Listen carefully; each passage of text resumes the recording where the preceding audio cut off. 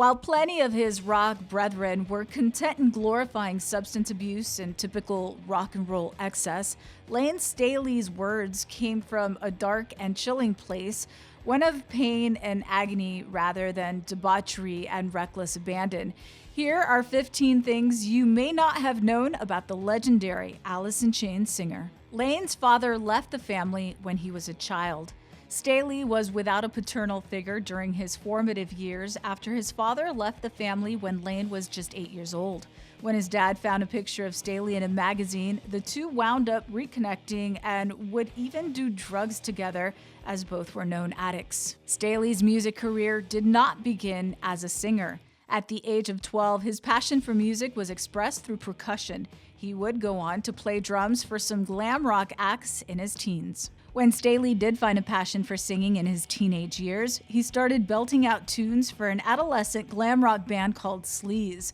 The group also played on stage in full-on drag and later changed its name to Alice in Chains. Staley and Jerry Cantrell played in a funk band together.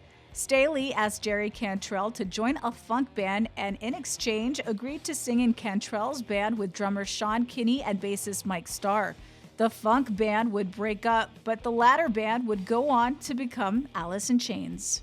A tattoo of a mystery man whose eyes are sewn shut was located on the right side of Staley's upper back. The tattoo has a striking resemblance to the hooded figure that appears in the Man in the Box video. Layne was a road warrior. Just before Alice in Chains kicked off their tour opening for Ozzy Osbourne as the singer was supporting the No More Tears record, Layne broke his foot in an ATV accident. As a result, the singer had to prop himself up on stage using crutches.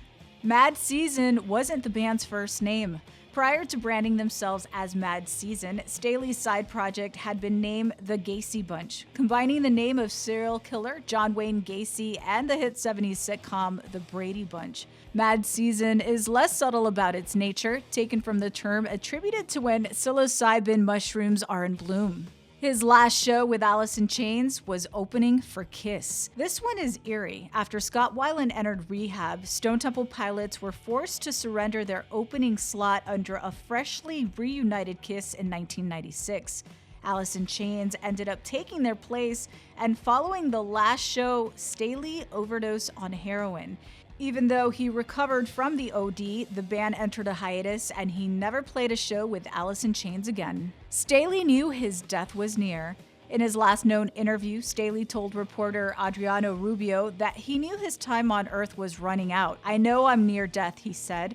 "I did crack and heroin for years. I never wanted to end my life this way. I know I have no chance. It's too late." Bassist Mike Starr is believed to be the last person to see Staley alive, visiting him the day before he died, which was his birthday. Their relationship ended on a strained note as Starr left Staley's apartment after the two engaged in an argument. The singer is said to have cried out, "Not like this, don't leave like this." Staley died exactly 8 years after Kurt Cobain. Although Staley's body was found on April 19, 2002, his death was placed at April 5th, exactly 8 years to the day that Nirvana frontman Kurt Cobain killed himself. In a 1995 interview with Pandemonium, Staley recalled Cobain giving him a lift from a venue to a friend's house in Seattle and talking glowingly about his daughter, Frances Bean. Instead of being buried, Staley's family made the decision to cremate him. It's not fully known if his ashes were spread in the ocean or if a family member has them. Numerous songs were dedicated to Staley after his death. Bands such as Cold, Staind, Pearl Jam's Eddie Vedder, and Zakk Wylde, among many others, poured their memories and respect for Layne Staley into songs they wrote about him after his death. There is a memorial gathering for him every year in Seattle. Every year, on or around his birthday, Staley is commemorated and remembered. The Layne Staley Fund, started by his mother, Nancy McCallum, honors his memory and the musical gift he left behind. Staley inspired Metallica's Death Magnetic album. Metallica frontman James Hetfield told Guitar World magazine, lyrically, Death Magnetic started as a bit of a tribute to Layne Staley and all of those who've martyred themselves in the name of rock and roll. Thanks for watching. Remember to like, share, and subscribe.